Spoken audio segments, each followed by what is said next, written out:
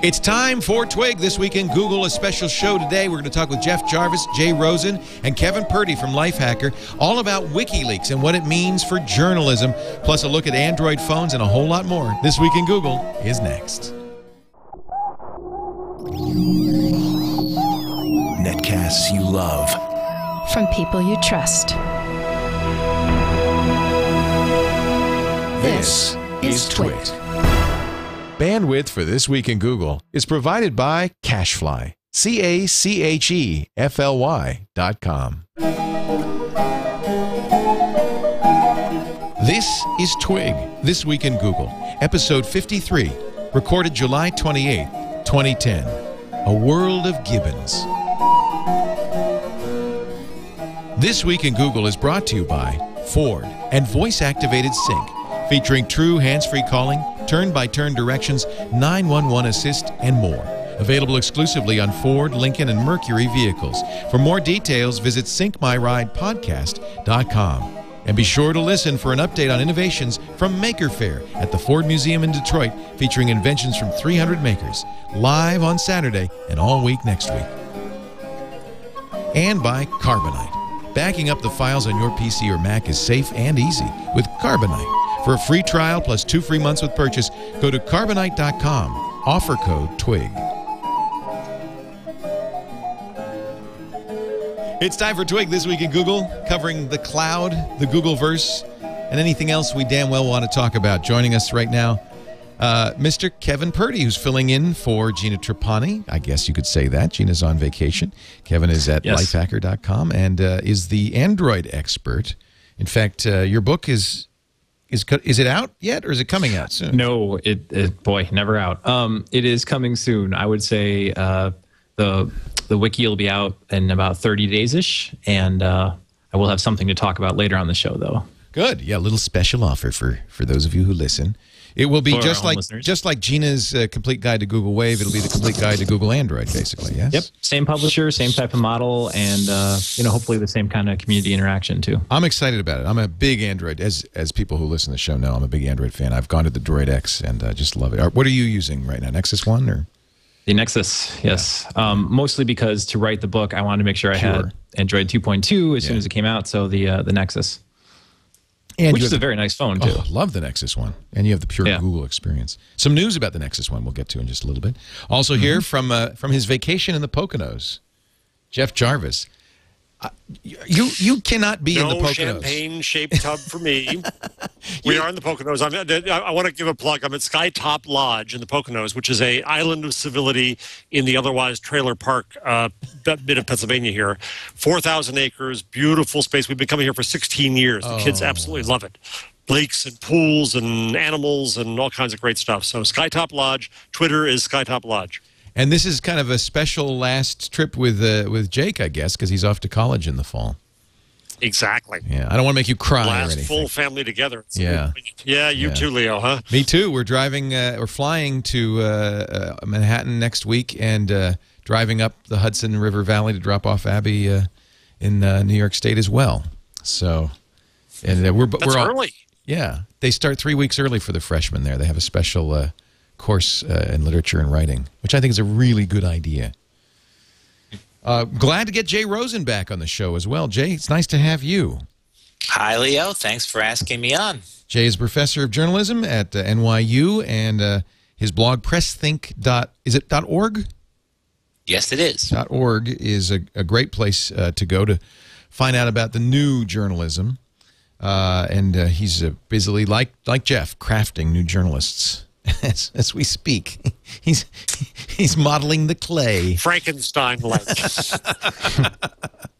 Jeff, what is that room you were in there? It looks like a conference room or something at a Holiday Inn. Yeah, what is it? They were giving you a conference room here. No. It's much nicer than that. It's a conference room with a direct connection. So the sales department's across the hall. Ah. Good. Well, I should have mountains behind me and deer running by and lakes and things, but I don't. We'll put that in with green screen later. You look like you're at a Marriott at O'Hare. I wasn't going to say anything, Jay, but it's true. They should have put me in a room with a window. Yes, you see the sylvan surroundings. Oh, I'm just jealous. That's all. So one of the reasons I wanted to get Jay on this week is really not having much to do with Google, but it's certainly part of our purview to cover the internet. And because of Jeff, we talk a lot about journalism and how it's being impacted by the internet. And we have talked about WikiLeaks before on the show. WikiLeaks is very big in the news right now, and a little bit controversial in the news right now. Jeff, do you want to summarize what's going on? I mean, Jay, I'm sorry. Sure. Sunday afternoon, the New York Times, the Guardian in the UK, and Der Spiegel in Germany went live with their respective reports on a trove of documents that WikiLeaks had received that are intelligence reports about the Afghanistan war. And it emerged very quickly that these three news organizations had been provided with access to the documents about a month earlier. They had all worked together and separately on their coverage and the stories they wrote about them. And then shortly after the stories went live on the internet, WikiLeaks released full text documents themselves on their site. 75,000. Yes, and also announced that they had about 15,000 more that they haven't released yet, that they are editing for reasons of safety, meaning they don't want to do harm to possible intelligence sources and other people who might come into danger as a result of what they're doing. So you had, first of all, this story of here's what the documents say about the war in Afghanistan. You had the collaboration among the three news organizations, and then you had this massive leak that WikiLeaks had received a while ago, resulting in publication of tens of thousands of intelligence reports marked not top secret, but secret, which is the second highest classification in United States intelligence services. And since then, there's been reaction on several fronts. There's been, first of all, what the documents say about the war and how difficult it is to win. There's been this discovery by many people who didn't know much about it of WikiLeaks as what I call the world's first stateless news organization, which we can get into more later. And then, of course, there's the story of new media and old media collaborating, or at least cooperating, in the release of the story, which is also fascinating to people like Jeff and myself. And then there's the usual controversy over whether the leak harms national security, and the denunciations from the White House in the name of national security, which we've pretty much come to expect whenever something like this happens. So that's what's been going on, and the buzz really hasn't stopped since Sunday afternoon. Yeah, is this the Pentagon Papers for the 21st century? Well, it's kind of annoying because people ask that and judge this event very commonly in the coin of the Pentagon Papers, and I don't think it's that, and I don't think it will have the same power for a variety of different reasons. The most important difference is that the Pentagon Papers were already a synthesized narrative or story of the United States involvement in Vietnam. They were not raw data, as these documents are, but a kind of secret history of the war that had been written by the government and by the military. They don't have the same power for a number of different reasons. So they're not the Pentagon Papers. But what happens is that because they're not the Pentagon Papers, that becomes an excuse for dismissing them. Another thing that happened that I didn't mention, Leo, is that those journalists and news organizations that weren't in on this arrangement tended to say, there's nothing new here. Right. We knew this already. I don't know what all the fuss is about. This isn't the Pentagon Papers, or as Thomas Ricks, former military reporter for the Washington Post, said, I've learned more interesting things over dinner with a source. So you're saying that's a little bit of sour. On Twitter asked why he didn't reveal that. Yeah, it's sour grapes is what you're saying, Jay. Well, there's certainly an element of that. The White House also said there's nothing new here in the same breath that they said this is a huge violation of national security. Right, exactly. Yeah, as you point out. Which was pointed out in my post, and Julian Assange, who is the founder and key personality in WikiLeaks, said the same thing in several media appearances that he made. So this show is not about this. We're not going to cover the story in the sense of here's what the WikiLeaks papers reveal, national security issues. We do have a little bit of a connection to it. Adrian Lamo, the hacker who turned in Specialist Manning for the some of the leaks, is an old friend of mine and of the show. And oh yeah, yeah, kind of a surprise because he considers himself, I think, a white hat hacker. Did serve house arrest because he broke into the New York Times databases. But he says he did it to reveal the security problems for the Times. And as a hacker, and he says a journalist, he spent times in the chat rooms talking to different hackers. And it says that Specialist Manning confessed to him, and he felt like because of the security implications, he had to go to the Pentagon and turn the guy in. I know the hacking community is a little bit torn asunder by all of that. But even that isn't really our beat. I think our beat is really how this changes journalism. Jeff, do you have something you want to add to this before we get into the weeds? I think there's a few things here. One is the idea of transparency, and the only sure fix to leaks is transparency. And I think that we're going to see, whether through practical means or whether through subversion like this, more and more and more the need to be transparent. That's what Assange says WikiLeaks is all about is transparency. That's his point. And Daniel Ellsberg did say that he was waiting 40 years for this to happen. And if you look at a very just tactical level, the difference is he had to stand on a Xerox machine for hours and hours. Now there's more data stored in a more accessible way that more people can get to, that can be distributed more easily. And that's going to have an impact. That's the cloud. There's other clouds out there, and one is the cloud of what does the world know and what does the government know and what's secret and what's not. And that's why, by the way, I feel that this is an important thing for us to discuss on this show. That's the particular area that I think is important for us. Yes, I think so, exactly. Yeah, I think also that Jay focused on. Go ahead. Now, I should explain for people who are listening that Jeff has a bit of a lag, and so there's going to be this little conflict where Jeff doesn't hear us talking and continues to talk. He's not being rude, and nor are we being rude to him. There's just a little lag involved. So I'm going to let you go ahead, Jeff, and then we'll I'll get Kevin and Jay back into the discussion. Go ahead, Jeff. I'll be more sensitive to that too. It's wacky. One thing that Jay concentrated on in his post that I think was an important point is that WikiLeaks chose to involve themselves with media organizations here. They could have just released it on their own. They chose to for various reasons. And I think the important thing about that is that journalists added value.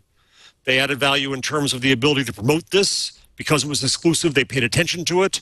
They brought more mature judgment about what was safe and unsafe. They brought perspective.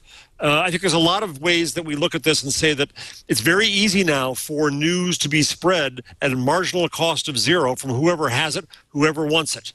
The journalists have to ask where they add value in that transaction. And the WikiLeaks story to me is a fascinating example of how someone came in and A, WikiLeaks saw value to be added, and B, that the news organizations really did add value.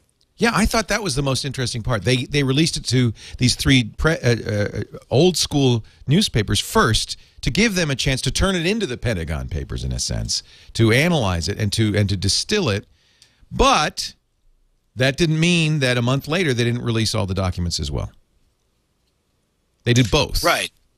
Right, and what Jeff said is true. It's a very good illustration of how traditional news organizations still add value, and I think it would have had much less effect if they didn't do that. However, there's another aspect to it also, Jeff, which is that WikiLeaks discovered that if it simply puts documents that have great stories in them online, what will happen is that journalists will ignore them.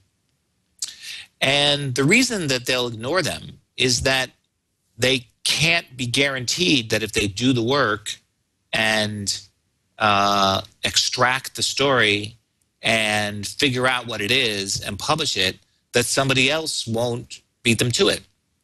And so this frustration that Julian Assange had, that great stories buried in documents already online were being ignored by journalists, is part of what was behind his decision to give the Times, the Guardian, and Der Spiegel an exclusive, which is a peculiarity, a quirk, if you will, of press culture, because we tend to think that journalists will do anything for a scoop. They'll do anything for a great story. That's the thing that really motivates them. That's their bread and butter.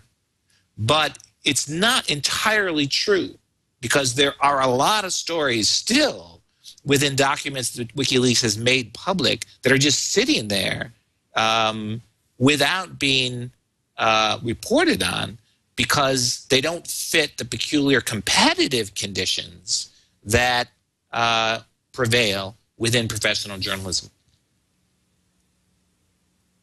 So, how does this change? Does this disintermediate consumers of information? It sounds like not. It sounds like it, in some ways, elevates traditional media. Yeah, I think it does. I think that's the point that Jay brought out that's really important and that WikiLeaks saw. But it doesn't happen. You know, what it said, thanks to Jay, I'm working on my book. I've been reading James Carey, who was a brilliant professor at Columbia. And as Jay explains in a preface to some of his essays, that Carey saw that there were two ways to look at journalism, and one was as a communicator of information, a transmitter of information, and that's the way journalists often see themselves, but that's not where the real value is.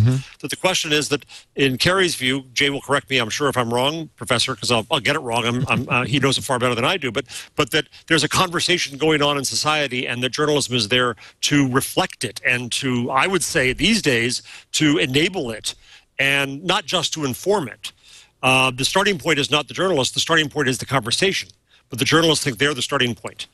And so I think that what this does, they couldn't have gone to a better paper than The Guardian. Full disclosure, I write for them, but I think The Guardian is brilliant. I asked Alan Rusbridger in email, the editor of The Guardian, whether The Guardian should have started WikiLeaks. Were they jealous of this? When The Guardian saw Huffington Post, they said, crap, we should have done that. So they started Comment is Free, their version. And Alan said, no, they shouldn't have started WikiLeaks because they do different things. And there are things that The Guardian does that WikiLeaks wouldn't, and vice versa. And The Guardian and the Times and Der Spiegel are far better targets for government and companies than WikiLeaks. So what you see automatically is what you said, Leo. You see a new layer of a new kind of collaboration that occurs, and that they're dancing around each other and trying to figure out what this is. Well, Leo, we want to get Kevin in here, but on your question about disintermediation, it is that in one sense. We have to realize that there are different kinds of leakers, and leakers have different motives.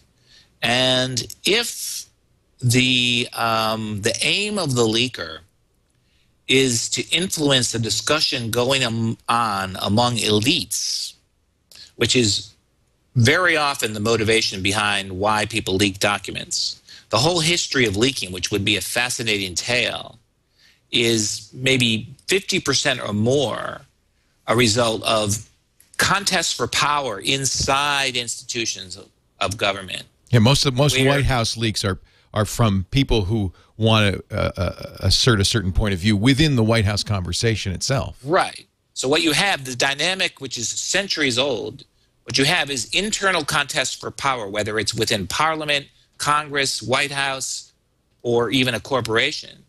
And the loser decides to go public by leaking key information and changing the battlefield, as it were.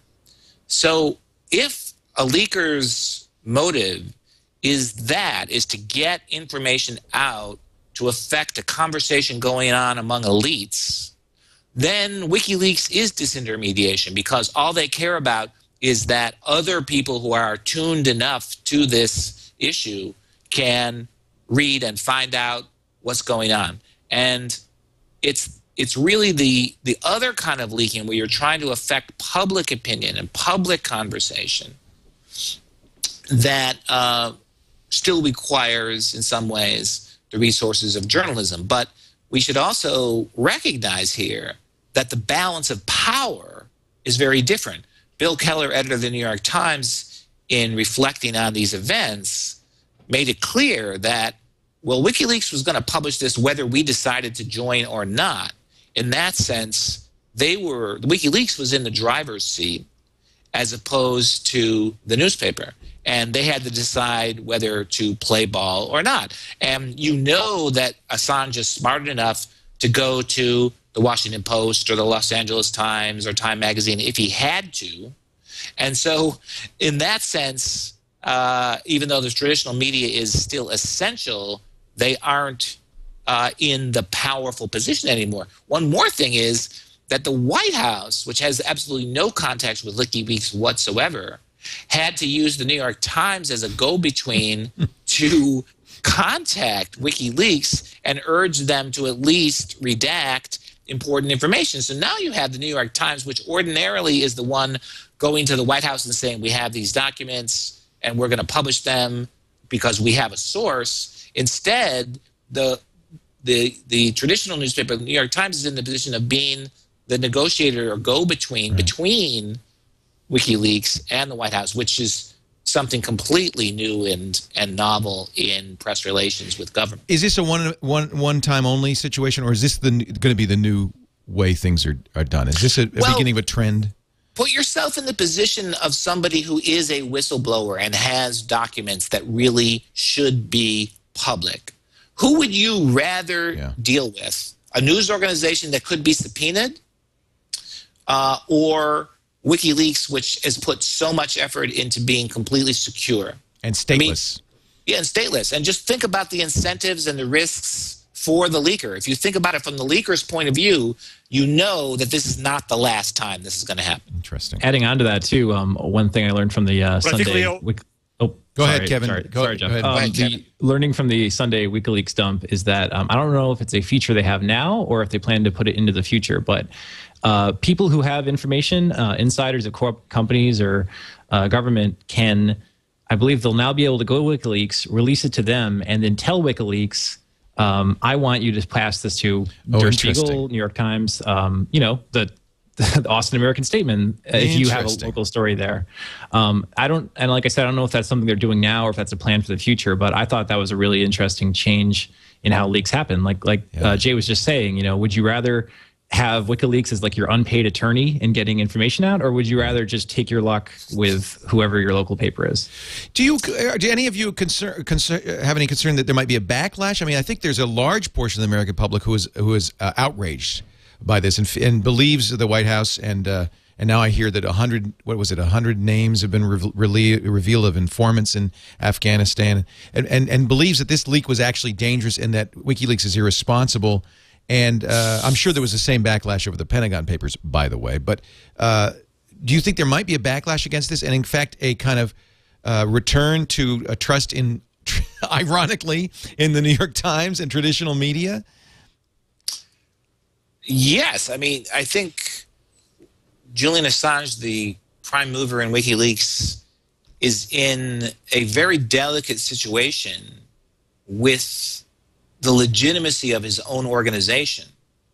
And in this particular story, if he doesn't redact the right names, if he does put people at risk, if he fails in a pledge he's sometimes made to do no harm, which I think is an important ethic for WikiLeaks to have, then the legitimacy of his organization could really be in peril. However, what's different here is that even if WikiLeaks is regarded as a dubious organization, even if people attack it and don't trust it, if it's documents we're talking about and they are authentic, it can still have a lot of power, even if people don't treat it as a legitimate news organization.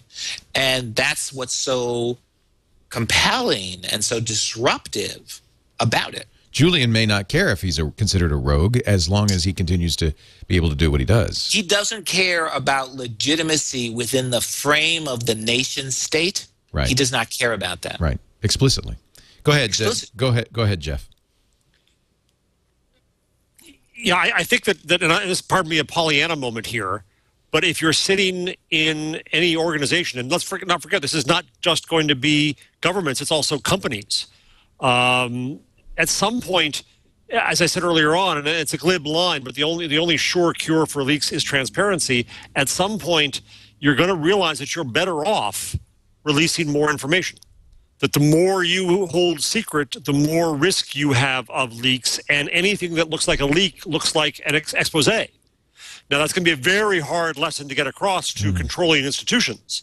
But I think if we're looking for a long-term impact here on the culture, you know, and I'm writing about this, obviously, so it's on the top of my brain, but I think that this default of publicness versus a default of privacy and secrecy is what we're grappling with here. And we get to a point where there is no mediator. We are all media, and we can all communicate with the world. Even if you don't go to the New York Times, you can publish something. You can put a document up, and you can say, here it is. And there are other means to be anonymous, and anonymity is always going to have its place, whether we like it or not, in crappy little comments. And so, in the end, no secret is safe. Now, some secrets should be, but here's another angle to this. There are efforts to get, obviously, every single bit of communication done in the White House to be recorded. And there are those who complain in the Bush White House and are complaining right now that certain emails are being done on private platforms. And that sounds like a flag to salute. And I would too, that we want ultimate transparency. But there's a risk here, which is that if everything you say in writing could come out, you're going to stop saying some things in writing. And that's a danger too. That's a risk too. So we're trying to find a new balance to this idea of publicness and privacy in this. And I think it's going to be a very long time before we see this shake out. Over and out. Yeah. It's just a fascinating story, and I think with big impact. And it's what we talked about on the show last week with respect to individuals, here with respect to institutions. Are there different issues for institutions, Jeff, versus for individuals? It's a choice any individual can make. Who makes the choice for the institution? Well, yeah, I think so. I think that the individual does start with the default of privacy. My thoughts are my own. And I think that the organization has to shift to be profoundly, radically public if it wants to have trust. That anything it hides, anything that it will not make apparent and available and public, will be seen as a reason for suspicion. That's not going to be true in our private lives so much. So it's actually a higher standard for institutions. It's a higher standard for institutions. It is.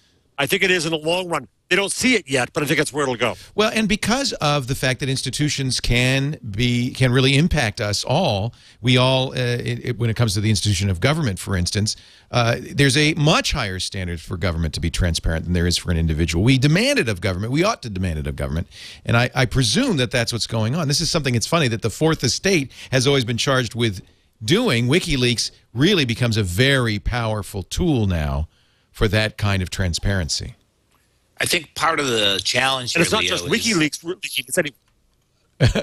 Sorry. Go ahead. We'll let Jay talk, and then I'll give you a chance, Jen. Well, part of the challenge here is not just that institutions have to adjust to new rules. It's that the whole culture of professionalism in American life and in Western societies is deeply based on the control of information and the control of image, right? Yep. And to try and reconstruct what a professional is when information is decontrolled is really a challenge. Yeah.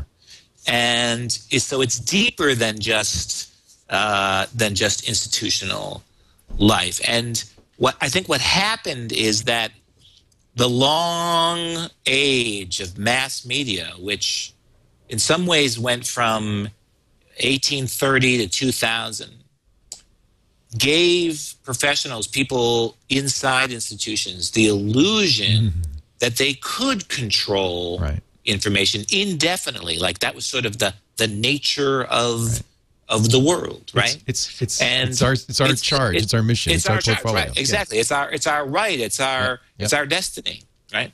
And it's sort of hard for them to appreciate that almost everything they know how to do is based on that, right?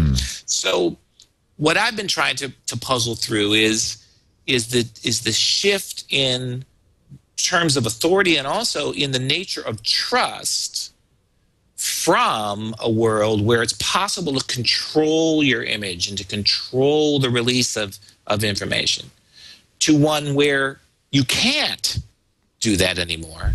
And you simply have to be open, as Jeff says. You have to say where you're coming from. You have to say, here's the data. You have to assume that people are going to find out, your secrets, right? And still try to generate trust under those conditions. But governments will argue, and I think people are arguing now, we need some secrecy in order to operate effectively. Let's say we want to kill bin Laden. Don't we need to be able to operate in secret in some situations? I think that is true. I think that is a good point. And in the personal space, we need some sphere of intimacy, of privacy, in order to have public selves in the first place. But even though that's true, you may still face a disruption, right, that technology is bringing about anyway. And that's why it's such a challenge to institutional dominance and professional authority. And it's far from clear how the institutions of modern life deal with this. Yeah. So it's a challenge. This is difficult. It's a challenge to know what to do. It's also a challenge to know how to think about it. Yeah. Even to what language we should use for it. It's really, just technology is so universally disruptive. We see it in business, in content creation, and now we see it in government. And it's the same answer each time. Yes, it's disruptive. Yes, we don't know exactly how to talk about it, to think about it, to deal with it. But one thing we can agree, it's happening. Right. Jeff, go ahead. Well, no, I just here's a silly example from this week where I think that this becomes a story, as we discussed last week, about technology and change and fear. There was a Wall Street Journal story this week about Walmart putting RFID tags on pants. And I loved your response to that. That there were privacy wingnuts. Oh, man. I got survivalists who came to me who said, you don't want people. The fear was, there was this woman in the story who thinks that, honest to God, and the Wall Street Journal quoted her as if she were a reputable source, that RFID tags are an evil plot, an anti-God plot. So what the fear was that they put forward is someone would come and scan your garbage. And so what? They find out I'm 33 now, not 32? Then what? What does that do? We don't look at the implications. But technology yields change, and change yields fright, and fright yields protection. Right. And that's a very small example of what Jay just said. Whether you're a big institution or whether you're a survivalist or whoever you are, there's two responses to this world coming up: to embrace the change or to try to fear it. I just read a book about the war between, the Google referred to in its document back to the FTC, about the war between radio and newspapers back when radio came to threaten them. And they used sacred language of saying this was a sacred cause that newspapers had, and if you disrupt it, it's bad. And now even RFID tags are a matter of somehow sacredness and the secrets the government needs. Yes, we need secrets, but first you have to have the trust to know that those who are holding secrets are holding them for a reason. Interesting. Very well said, Jeff. Yeah. All right, we're going to take a break because we do have a limited amount of time to do this, and this conversation is a great conversation. We are going to do a Government 2.0 special. Android next. Android. Yeah, we're going to get to Android. Poor Kevin's left out in the cold there. But we're going to get to in just a bit. I do want to mention that we are doing a Government 2.0 special, August 16th, 11 a.m., with Tim O'Reilly, Carl Malamud, and many members of government to talk about transparency issues within government, how technology is being used to promote transparency in government. And I think it is a very important conversation that's kind of an adjunct to this conversation, which is really about how the new role of journalism and of the citizen journalist and the stateless journalist, all of which very interesting. Jeff Jarvis is here as usual.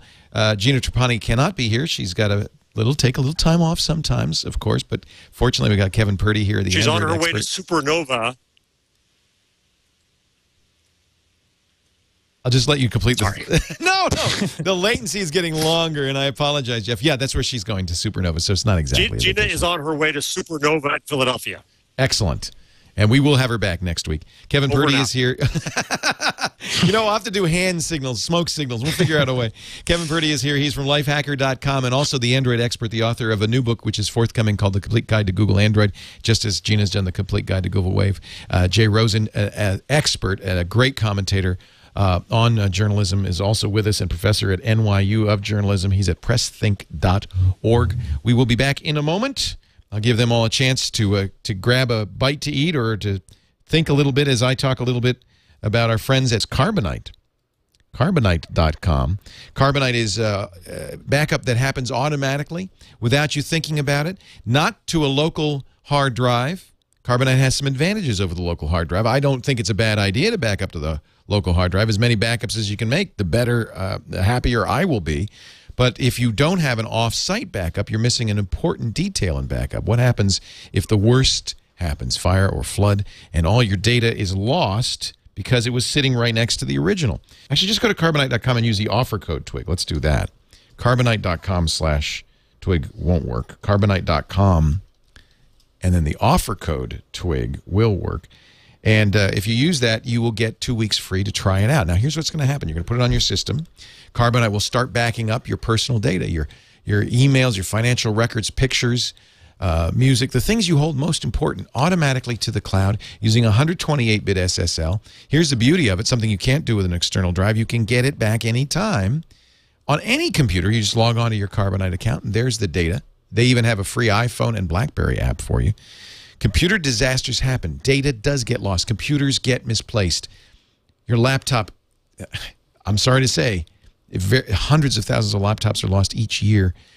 Back it up, please. Do me a favor using Carbonite.com. Offer code TWIG, and if you like Carbonite and decide to buy it, you can get it 2 months additional free by using TWIG as the offer code when you buy. Let me put this in the lower third so you can see how to spell TWIG. If you don't know how to spell TWIG, now you know. Carbonite.com, offer code TWIG. We use it, we recommend it, and I encourage you to do the same. Back to our conversation. Jay Rosen, Jeff Jarvis in the Poconos, and Leo Laporte. Kevin Purdy is in here also from lifehacker.com. And now we can talk a little bit about Android. I hear there's a root, a one-button root for the Droid X. Kevin, am I crazy? Should I do it right now?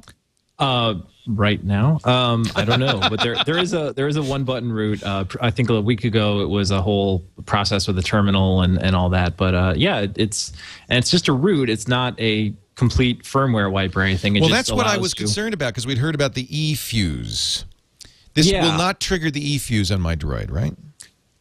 I don't believe so. I believe it's just a root that that lets you in at the level so that you can remove what everyone's complaining about the Droid X is the junkware, the crapware, the bloatware, crapware, yeah. Whatever you want to call it. You know, that stuff doesn't bother me. You can't uninstall a lot of the Motorola apps. Same thing on an HTC with the Sense or the Samsung, which has a lot of crapware on it. But that's just icons. I'm always amazed that the Sense phones don't let you at least go back to Google stock. That's a major complaint of mine. Well, I have that too. For instance, it's not using the Google SMS on the Droid X. So there are a few things. I wish I could use the Google stock applications. You're right. Yeah. Yeah, well, the Droid X, I think, has enough memory where it's not a big issue. 8 but gigabytes of app memory, so there's plenty of room in here. There you go. Yeah, but I mean, some people really don't like the feel of scrolling through their app tray and seeing things they can't remove. So, especially Android users. I mean, I don't want to typecast, but people who like to feel like they've got an open phone, a phone they control, a phone they can set up a portable hotspot with. They don't like seeing, even though it seems like a really cool game, Need for Speed on their phone and they can't pull it off or whatnot. So this eFuse story, I think, is a little overblown. I don't own a Droid X, so your mileage may vary, but I believe that there is now currently a route that that just gets in and gives you the access and doesn't change firmware or do anything else that would trigger what you call a boot back to the rescue. The whatever you call it. I'm sorry. They go into rescue mode and then you have to put a new firmware on it. They say the bootloader, the bootloader. So Apple decided that they were maybe a little threatened. I don't know, by the Droid X. So they put out a video, which has since disappeared, I believe, showing the Droid X antenna. Yes, and the BlackBerry and the I believe the HTC Incredible too, showing that if you hold it, I believe Google phones, it's the bottom of the phone. Like this would be a kind of death grip on most HTC or Motorola. Have you been able to get it to happen? I'm on T-Mobile, so I don't know what would be amazing service drop down to mediocre. I like T-Mobile, actually. In Buffalo, it's fine. I hear it's not too good, New York or LA or whatever. But I can't get it to happen on Verizon, period. No, I've never been able to replicate it, but I wasn't looking for it like a lot of iPhone owners would be. iPhone owners are much more aware of their service, it seems. Right. How about the Poconos, Jeff? Is it working up there?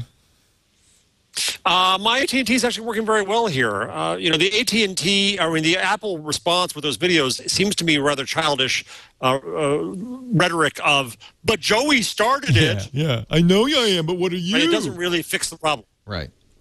I like how someone pointed out that now attenuation has become a common word. That it's spread from wireless engineers to the general public. Like, oh, does your phone have attenuation? Well, no, I could see that you're detuning your antenna when you hold the phone like that. That's just not appropriate. Good news for Nexus One owners. We thought that the Nexus One was dead. It looks now like the HTC folks are just going to take the AMOLED screen out of it because they're in short supply and use Super LCD in it and the Incredible, and still offer those phones for sale somewhere. Google's not going to sell them. I don't know where. T-Mobile stores are supposed to get Nexus Ones. Jeff, T-Mobile's not going to. Say again. T-Mobile just said if we look up that they're not going to sell it. So that's sad because I think this is actually a really great Google phone experience with 2.2. It's even with the Super LCD screen, which is actually still a pretty good screen. Some people were saying that the Android stock experience, the Nexus One, what it really does, I believe it was on Daring Fireball too, is that what it does is it shows you what a phone is like without carrier or manufacturer intervention. And you need that. It shows you what your phone could be like if they didn't want to have you using AOL, IM, or whatever else they jam on your phone. Not the Incredible, the Desire. Thank you for the correction, Mastermind. I meant the Desire. Yes. Changing Google Voice directs access numbers for speedier dialing, which eliminates, unfortunately, the free calling trick people have been able to use. So if you're on Android or BlackBerry, there's an update that allows direct access number. In other words, assigns a unique outgoing call number to everybody you dial. Which is really great for people who don't have a great data connection, maybe at home or wherever they are, because previously a Google Voice app would reach out to the server, contact it, let it know that you're trying to call this other number, retrieve the number roughly, and then deliver it to your phone. It's funky. Yeah, and it was 5 or 6 seconds. It's embarrassing to pull out your phone and be like, I'm gonna call and order a pizza. It calls you back. Yeah, right. It's so and then weird. It basically calls you back. But now I believe it stores the unique numbers that Google Voice generates for every one of your contacts in your phone. So it's pretty instant now. It's just like calling on a regular connection. Unfortunately, it'll cost you minutes now. Yeah, the old trick that you're referring to is the one where you the plans where you have your 5 friends that you can call forever. You just assign your Google Voice number as one of those friends, and then unlimited calls. Right. I think carriers were kind of pushing away from those. Have been pushing away from those circle of friends plans, anyways. Yeah, I didn't use it. I didn't use it because who wanted to sit there while you make a call and wait for Google Voice to call you back? It just was a pain in the butt. It's pretty fast now on the Nexus One, even on T-Mobile. Yeah. Yahoo Japan has chosen Google for its search engine, which is kind of bizarre. Yahoo in the U.S. uses Microsoft.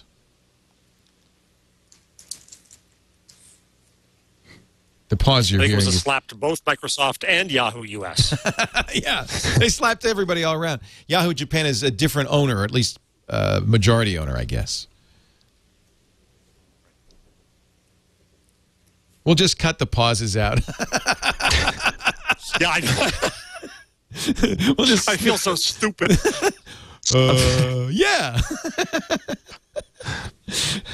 Yeah. Jay, if you have anything to add to this, please do. But don't feel like you have to stick around either if you're not at all interested in anything we're talking about here. You wouldn't believe how backward my phone is. What do you use? Jay is pathetic in that way. I actually have. I'm not joking. I have an AARP phone that has absolutely no internet access at all. And the only reason I have it is in case my daughter, has a problem at school or something like that. And I'm not even mobile. Wow. That's very interesting. Yeah, you teach Columbia, Jay. Sorry, couldn't resist. Right, it's my curmudgeon self coming out. I want to ask Kevin about the 2 things. One is that Lionel Menchaca at Dell said that they've gotten more pre-release interest in their 5-inch Android device, whose name I'm suddenly forgetting, than any time before. The Streak, and then there's this Streak. And then there's this weird thing about the Augen, the $150 Android tablet that is now in the Kmart circular and appears to be real. How could it be at $150? Well, not only, it's in the circular, but it's apparently not in the stores because everybody who's tweeted me has said, I don't see any. I'm looking for them. They're sold out. Have you? Has anybody seen one? No, I haven't. I mean, what is it? Engadget said that they didn't have. They called one and they said no, we don't. We don't have it in stock and couldn't give any information. But Android 2.1 and 2 gigs of storage and I don't remember how much memory, but it was. I can't even do the math of how that's $150. It's got to be something horrible in there. I mean, it can't be. It's got to be an Atom processor or something. Yeah, I mean, there's shots of it. I mean, that doesn't prove anything these days, but it seems interesting. I just got to wonder about how Kmart is going to be the avatar of Android marketing for a tablet. How Kmart or any other similar non-electronic store is going to be the one to push an Android tablet and get customers to know it and want it. I guess. But Dell, on the other hand, absolutely. Well, that is interesting. Sorry. Yeah, I think somebody like Walmart could be the one to make Android go ballistic. Over. Yeah, that's possible. I mean, they for a while Walmart was selling a $150 Linux-based computer that was based on GOS, which was actually just a Google-obsessed Linux operating system. And I think they sold some, but I believe they eventually kind of canceled the project. But I would be really interested to see. Kind of mass market stores pushing an Android tablet and totally just putting it in the market as the cheaper non-iPad. I guess I haven't played with any of them though, so I can't tell you how they work. The Dell Streak is a 5-inch tablet. I think they're under $500. Kevin, is that right? Mm-hmm. Yeah, roughly something like that. And so a lot of pre-orders. Direct competitor to the iPad. Yeah, and a lot of interest in that. I'll order one and get one in house as soon as I can. I would love to. I'd love to. Is it AT&T only? I think so. Yes. It's kind of too bad. How does AT&T get this? I have no idea. Can I take my take my iPhone SIM out and put it in the Dell device? I don't know. You couldn't do that. You could only do that with scissors for the iPad. I don't Because it's know a micro SIM. It was a micro SIM in the iPad. But I would presume the Streak is a micro SIM. It's only. I mean, everybody's moving to micro SIM. It is. The Streak is unlocked. Although I guess they sell two flavors: locked and unlocked, right? Yeah, I believe so. From what I've read, I'd have to think AT&T is doing something with the SIM in a 3G iPad to keep you from doing exactly that. They must. I can't imagine that they're not checking something. But why? At some point, why is it there? It's not. It's. I don't see whether it's against against AT&T's interest to have you use the same account on multiple devices if you could only use one at a time. I'll tell you why. It's against AT&T's interest to piss off Apple in any possible way. Because Apple is so anxious to get rid of AT&T that if I were AT&T, I'd be groveling. I'd be on the floor. I'd be crawling to Steve saying, can I shine your shoes? Can I get you anything, Mr. Jobs? Is everything okay? So they're not going to do – I mean, they're going to be very careful, I think, to protect Apple's business interests. According to that Wired story, they could do all that and it still wouldn't matter. The Wired story from 2 weeks ago detailing the relationship between Google and wasn't that something? Excuse me, between Apple and AT&T. Wasn't that was amazing. To see behind the curtain there and to see what was going on, and Steve Jobs saying, I'm gonna call AT&T and yell at them. These guys are dead. I mean, it was amazing to see this. And talk about a shift in balance of power.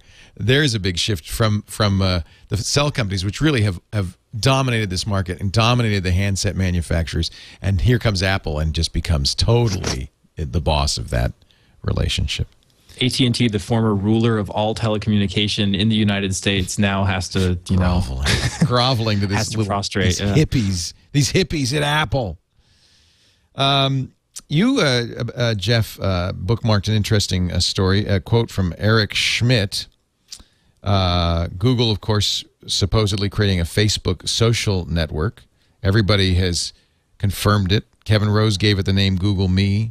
Adam D'Angelo said, yeah, absolutely. He's the guy at Quora said. But now the Journal, even the Journal says that the Google is trying to do something.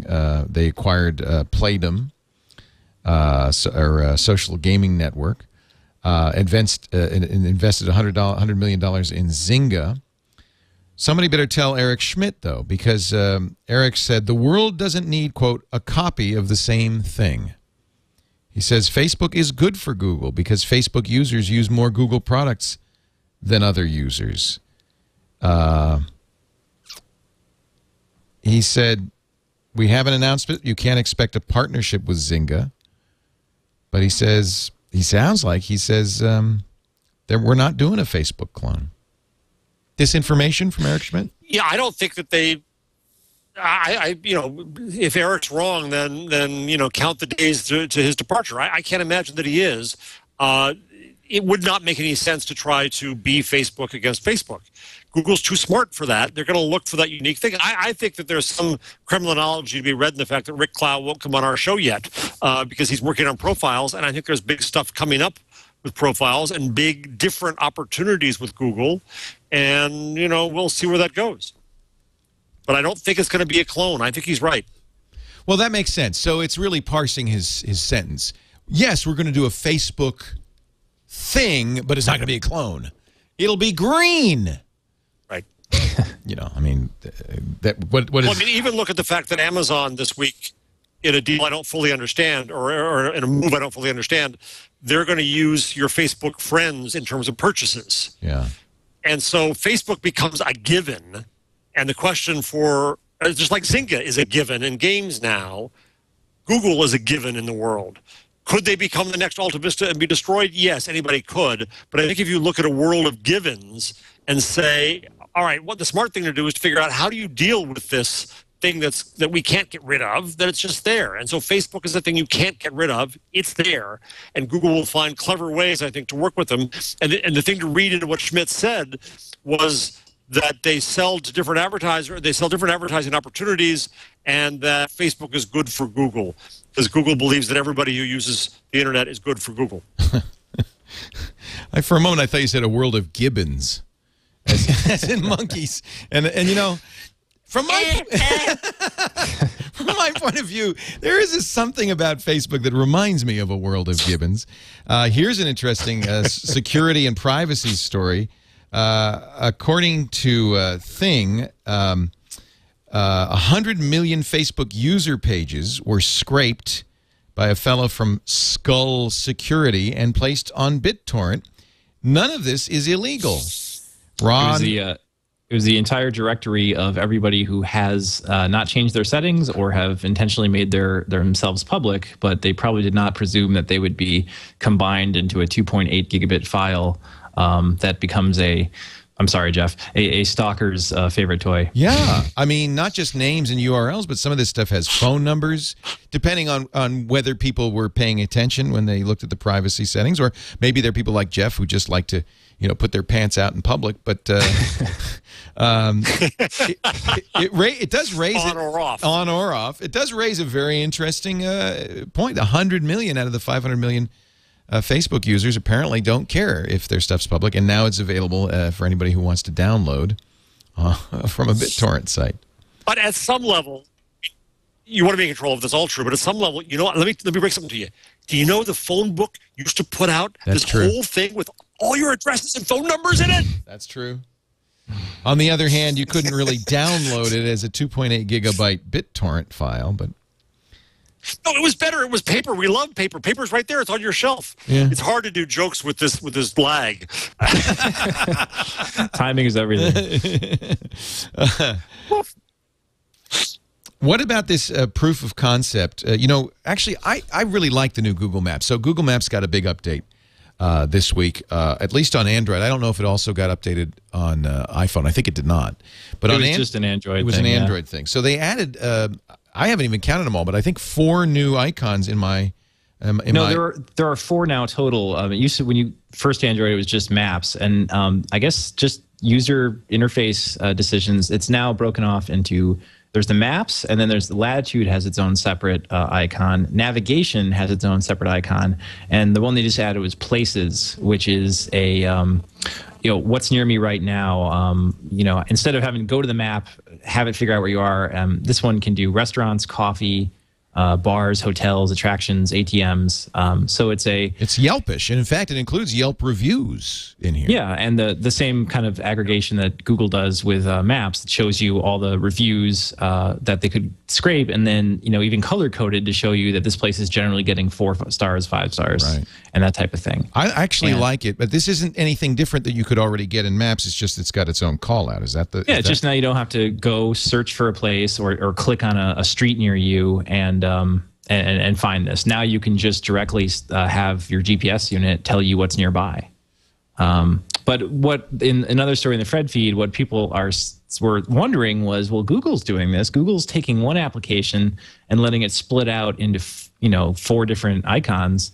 I wonder if other applications can do it. And so someone came up with a proof of concept app. I think it was just called like App Launcher Spam or something, and he managed to put 20 different icons on his phone. If you install this application, whose only purpose is to do this, it would just expands your app drawer. Now, uninstalling it removes it, but it is definitely a proof of concept, isn't it? Yeah, I mean, and it relates to the general issue with the Android market, and the other big market issue this week was the Google removing, I believe, 3,000 applications, but 3,000 from 3 particular developers, and 6,000 spam apps. I'm sorry, from 3 different developers who were mostly doing the kind of wallpaper, ringtone stuff that you hate to see in there when you're just looking for something real, full of copyright violations, full of just junk, and Google removed them unilaterally, and there's one of the developers contracted the Android guy's blog, and the quote on the headline was, "We will flood the Android market." And he revealed in broken English that he owned 3 or 4 other development names, and that he has more than 1,000 apps still on the market. So it's a great problem to have have an open market and deal with guys who want to do nothing but put out Usher ringtones and Twilight wallpapers and et al. Into infinity. I actually am glad, though, that Google's doing something about it. They also extended the refund time frame. This is something the Apple Store does not have, and I think is a really good feature. You have 24 hours. If you buy an app, and by the way, most of the apps on the Android Store are free, but if you buy an app on the Android Store, you had 24 hours to uninstall it, and automatically you'd get a refund. Now you have 48 hours. And in most cases, if you buy it from the apps, the marketplace anyway, you get a refund automatically. You don't have to do anything, which means that you can try any paid application for 2 days. Jeff, go ahead. Yeah, Kevin, I feel like I'm in school. Teacher, can I talk now? I talk about on the show occasionally, saying that I think one problem for Android is that it is hard to find the good apps, and it's going to be like the whole Google-verse, that there's spam everywhere and there's junk in there. What do you think about the quality of the Android marketplace, and what do you think Google is doing, can do, and should do about quality? Well, let's see, the savvy folks, the Android power users, the Android geeks, usually we're going to go to a place like AppBrain, which you guys have talked about on the show before. Love it. AppBrain, some of the other third-party search engines, whose names escape me right now, but that have decent ranking, listing, and most of the apps that are recommended on those sites are by real Android users that like good stuff. I am able to find the apps that I need or apps that are cool, but I have an unfair advantage in that I wake up every morning and read RSS feeds for Lifehacker. Right. So I'm reading like 10 Android blogs every morning, and you can find great apps that way because they're doing all the curating. I think it's a pretty big problem for Google, and I like to see them taking steps like this, like wiping out the obvious, install bait, I guess is the word now. But I also wonder, when they're going to have their Apple moment and overstep, when they're going to, when they're going to start removing things that shouldn't be removed. And it hasn't happened yet because the market is still very flush. Do you have a favorite? Is AppBrain your favorite? There's AndroLib is another one. There's a number of different choices. AppBrain, because of that fast web install feature they have. Love that. If you don't have Froyo yet, this is the best way. Oh, yes, I'm sorry.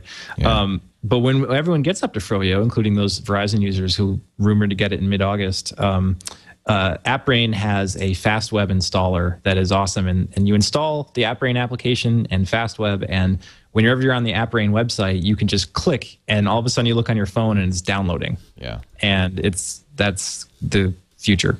There's also Android now has an automatic update in 2.2 has an automatic update feature. You could check a box that says, look, I love this app. Whenever it's updated, just make sure you get the latest version.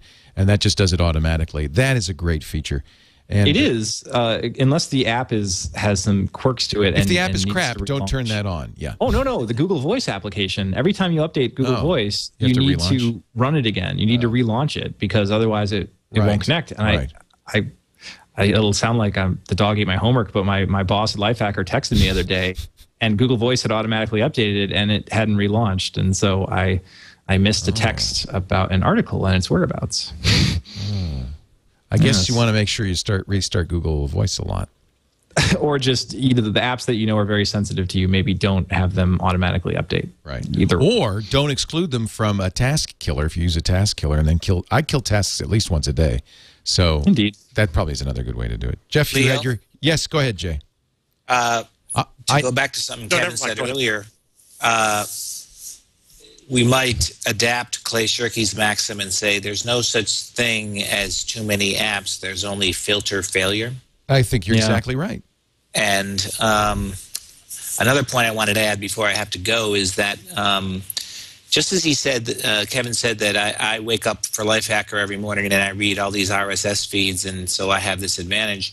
I think that's one illustration of the simplest way for journalists to add value today. It's saving the user time.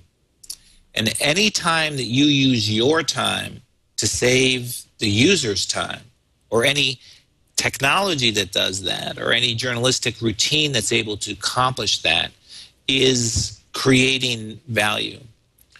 Because that's one of the most common and most solid ways of becoming a useful journalist, is simply to save the user time. And if more young journalists thought about that, instead of getting stories or adding to the flood or simply recycling old forms. They thought about new and unique ways of saving users time. They would be on the right road to adding value as a journalist. Jay, absolutely. Inspiration. Jay Rosen, I want to let you go because thank you so much for being here. I really appreciate it. PressThink.org. Would love to have you back. Thanks for your very astute, I think, points about WikiLeaks, and there's a great blog post that you've got there, and I'm sure more to come. Our pleasure. My pleasure. Thanks. Thanks, Bye. Jay. Take care. Jay Rosen. We're going to actually take a break. It's a good time to take a little break and talk about Ford and Ford Sync, because we're going to Detroit tomorrow. I'm flying out to Detroit, and I'll talk about that in just a second. We will continue on, though, with our picks of the week and our number of the week. And I guess because you're filling in for Gina, you're going to have to do a, Kevin, you're going to have to do a tip of the week. Are you ready? Are you prepared? Actually, think about it. I'll give you time. I'll give you time. Okay, You've got the entire resources of Lifehacker at your disposal, Kevin. That is true. That is true. It'll probably be Android related. I would love an Android tip. I really would, as a devout Android user.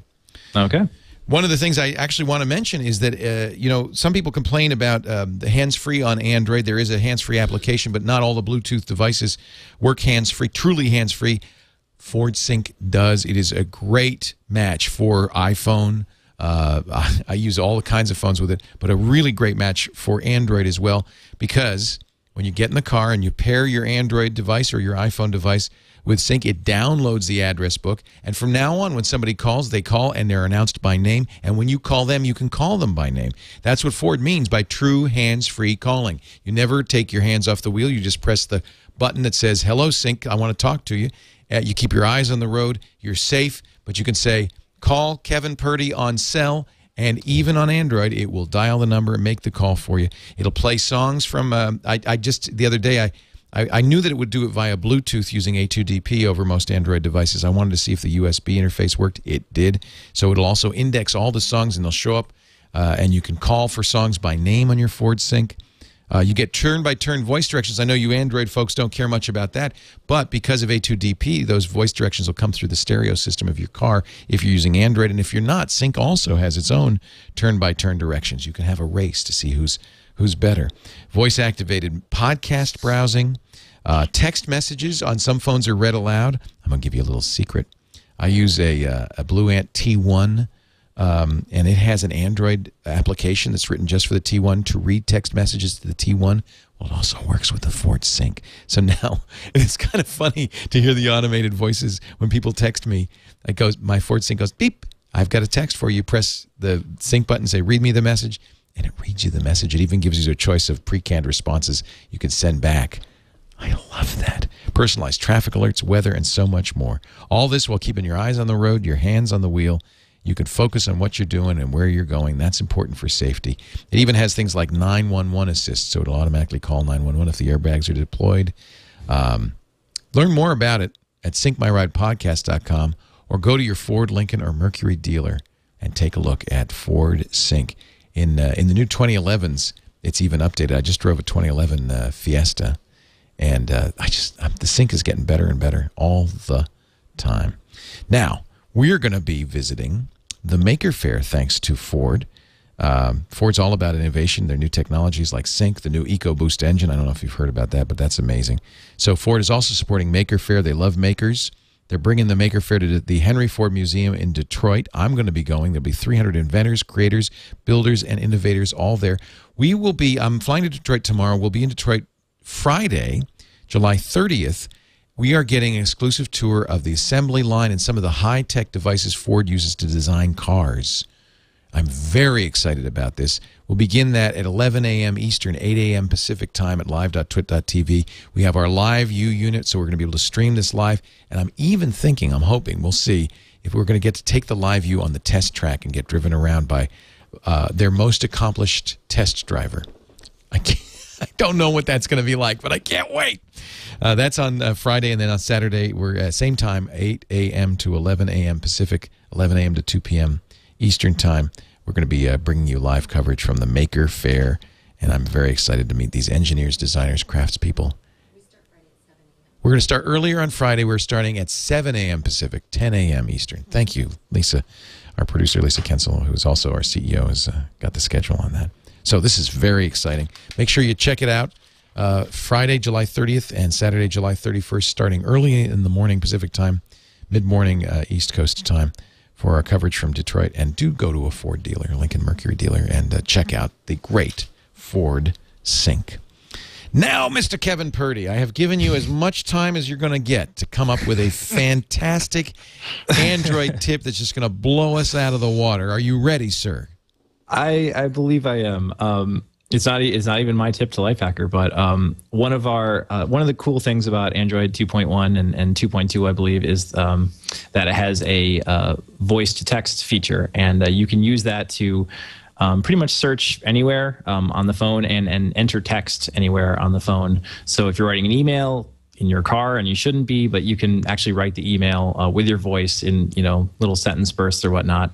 One of our readers on Lifehacker actually wrote in and suggested that it's a really great way to do calculations and conversions without having to, if you're cooking or if you're just want to, quickly convert, quarts to cups or anything like that. You can just one thing also Android users don't know is that you can usually just hold down the search button to bring up the voice prompt. Yeah, after a couple of seconds it comes up. After a couple of seconds it comes up. Not everybody knows that, though. Everyone thinks it's only in the search. 8 liters. Now what's going to happen? Is it going to convert 8 liters? Well, you just said 8 liters, so I don't know what it's going to... It's probably just going to tell you about... It's going to search for a band in Australia named 8 liters. Oh, 8 liters. I love them. They were great. What should I have said? What would be better to say? So try something like 32 degrees Fahrenheit to Celsius. Or, okay, let me try that. Okay, so it did, by the way, look up 8 liters and how many gallons is 8 liters on Yahoo. So I now know that a jug, let's see, 1 drink from 8 to 10 liters. There's a lot of 8 liters. Let me do the one that you suggest. So what should I say? Try something like 32 degrees Fahrenheit to Celsius. Fahrenheit to Celsius. Do I have to say the word convert? I don't believe so. Look at that. Boom. Boom. Well, 30, I did 332. I maybe said an extra 3. Is 166 degrees Celsius. I think I interrupted you while you were saying. Let me try it again. Right, I gotta try it again. 42 degrees Celsius to Fahrenheit. This is like the Star Trek. This is fantastic. Working. Why? That is. Oh no. I don't know what it says. Wait a minute. Oh, you know what? It looked up E-Trade for me. I don't know. Oh, good. Well, you know what? It's because I'm talking while I'm doing this. There's a video on Lifehacker. Android's voice-activated search is an awesome calculator and conversion tool, and one of our commenters actually has a video up that of him doing these kind of very cool calculations and conversions. I thought that was a pretty neat tip to come up with during a Ford Sync commercial. You did good. No, I love that, and I think that's a double tip because holding down that search button. I just recently learned about that, and I think that's one of the things about Android that I just love is that dictation is everywhere. It's pretty good quality. And you can dictate text messages, emails, and so forth, and it's really great. I just think this is one of the best features of Android. Plus, it gives everyone a chance to try on their radio voice. Their highly enunciated versions. I am going to speak clear. Well, as you can see, it doesn't work for me. No. A great tip. Thank you, Kevin Purdy. Kevin's book, by the way, is coming. It's the complete guide to Google Android. Just Android, I believe. Just not Google. You leave because I guess it isn't just Google. It's the Open Handset Alliance. It's the complete guide to Android. We're about 30 days-ish from official launch. But what I wanted to tell folks on Twig today was that we have a Twitter account, twitter.com/completeandroid, or just follow Complete Android.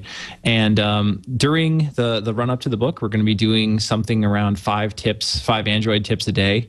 So we're not just going to be, pimping the book. We're going to be grabbing tips from the book and from our own brains, pushing out 5 or so tips a day. And when the book is available for pre-sale, we will be offering anyone who's following us on Twitter and our Facebook fans 25% off the book when it finally launches. And through the Twitter account.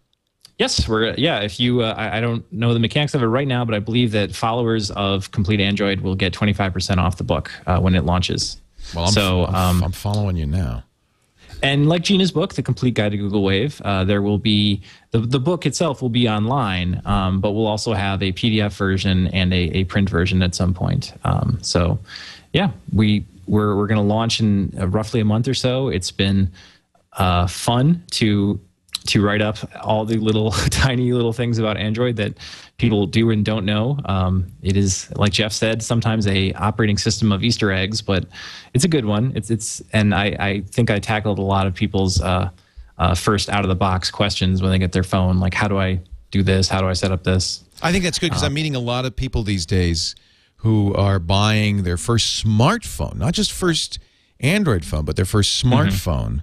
I met somebody when I was in line at the Droid X, and she was buying this, and her son was buying this. He was going to college, and they wanted both to have it. And she said, give me some tips. And I thought, well, that's a lot I could tell you. Where do I start? I mentioned App Brain was my fundamental tip, but there are a whole lot of them. I can't wait to get this book. I'm really looking forward to it. I'd be remiss if I didn't mention that we also have a Cafe Press store up with these cute little shirts and coffee mugs and bags and such that it says, I complete me, by the way. And it's at cafepress.com/complete guides. All right, great. Time for our number of the week. I'm going to say this slowly to give Jeff Jarvis time to hear me. I'm going to say it is 1 billion, one of my favorite numbers. Eric Schmidt said to the Wall Street Journal, according to Fortune, that Google will someday in the near future make, what was it here, $10 billion just for mobile.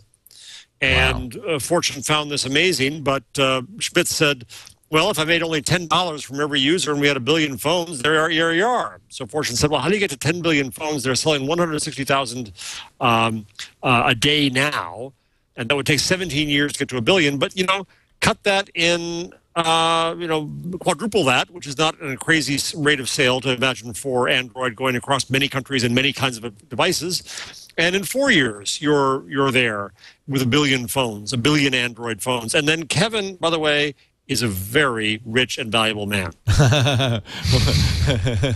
You're not kidding. And Gina's going, why did I write a book about Wave? Why Wave? Why me?